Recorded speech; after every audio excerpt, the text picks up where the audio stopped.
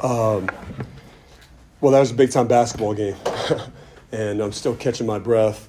I just want to start off by saying how much respect our program, how much respect, me personally, how we have that for Tom Izzo, Coach Izzo in this program.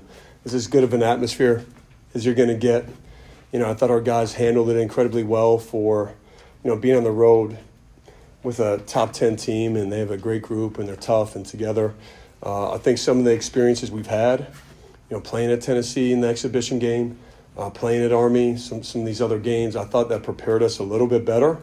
But credit our guys, because we took a lot of punches throughout the game, had to weather some foul trouble, had to weather some plays that, I didn't think were characteristic, and a lot of it goes to the credit of Michigan State and their defense. They have as good of a defense as anybody.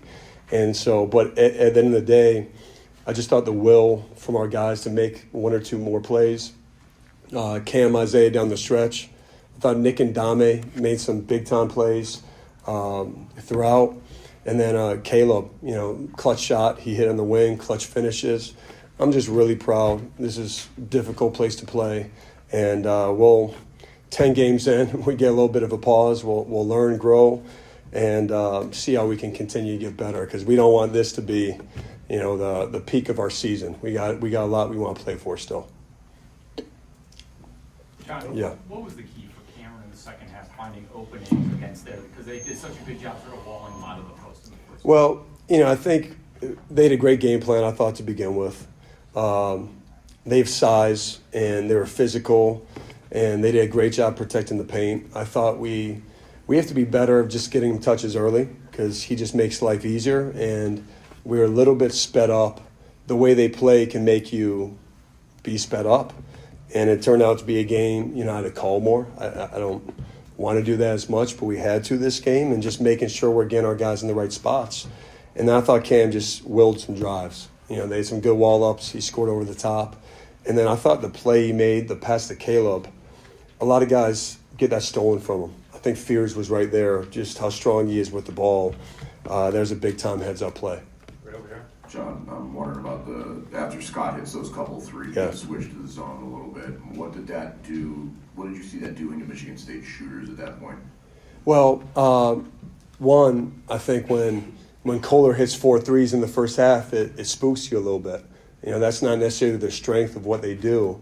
And so we either just starting there, and then, obviously Scott gave him a big lift. I think it was a combination of just trying to keep everything in front of us, give him a different look, especially in the second half. And then we had foul trouble. So you're trying to make sure to protect those guys. Pat, Cam, and Malik all had fouls. So just trying to protect those guys as well. And then once we got some stops and did a pretty good job, we just kept it going. Coach, you just mentioned the foul trouble that you had down low. What was your message kind of to those guys down the stretch as you tried to keep them in the game? You can't play Michigan State worrying about fouls.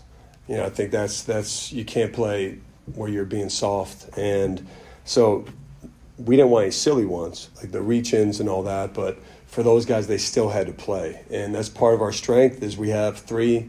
To me, Cam, Malik, and Pat, 3 of the best big guys in the country. Obviously Cam isn't a big with how he plays, but their size and the versatility we have. And so that's the first time we've had all of them in foul trouble. So we went small at one time. I didn't want to go small against these guys, but with Cam and Nick, you can do that.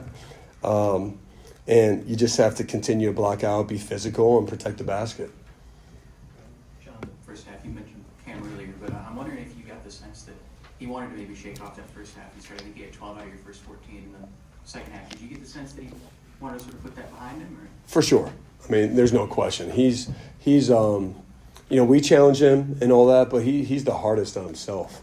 And part of it was we have to do a better job getting him touches, and then part of it is he has to find his impact on the game. And he still rebounded in the first half, but offensively he has to touch it, and we have to get good shots from it. And so down the stretch, we really did that. Jon, obviously there's always a lot of talk about Cameron, and you mentioned Caleb and Isaiah late. But Nick in the first half, when you guys were kind of taking a lot of perimeter shots, and he made his. And then Darren Harris coming in, Yes. sort of in a cameo role. Does it get overlooked sometimes when people look at Cameron's numbers, the depth that you guys have and have developed sometimes?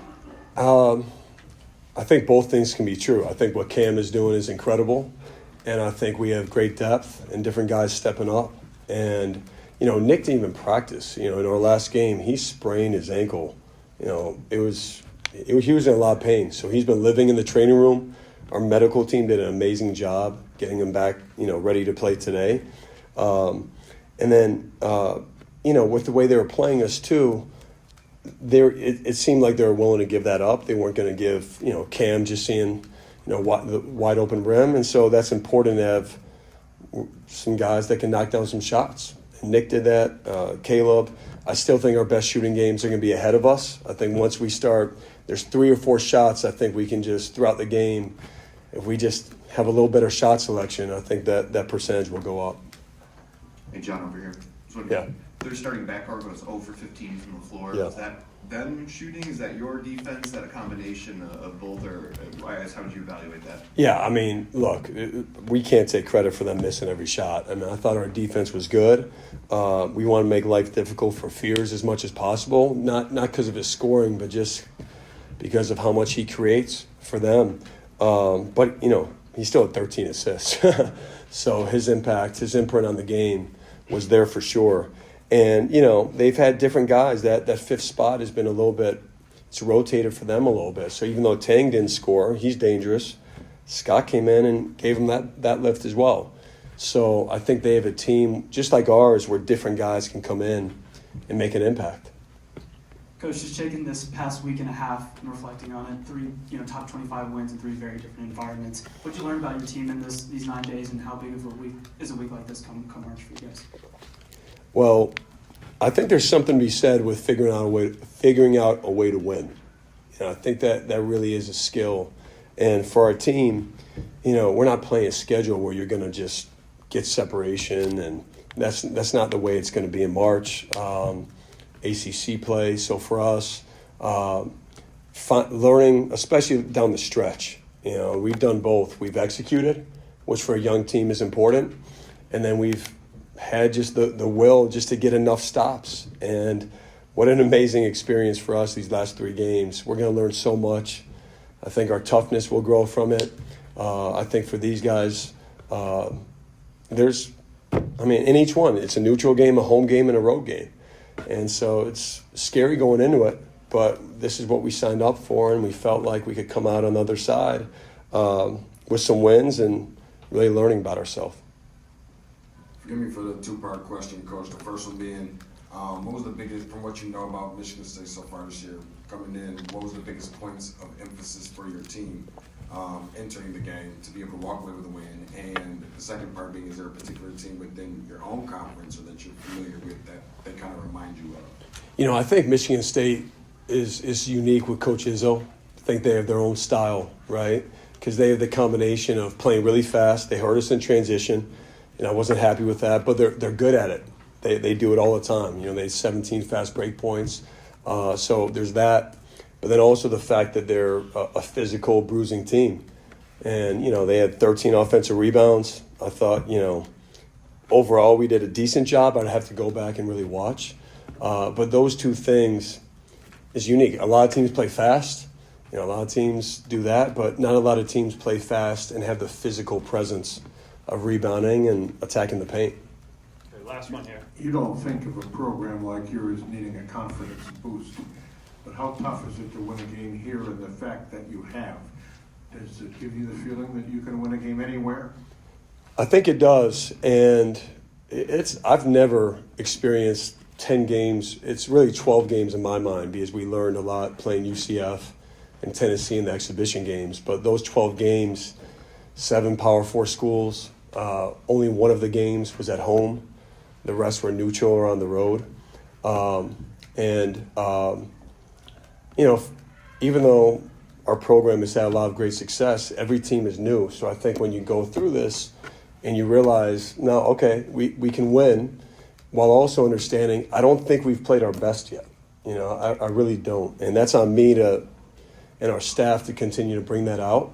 But this is definitely going to be a great lesson and great reference point to look back to as we go on in this year. Thanks, Coach. Okay, thank you, guys.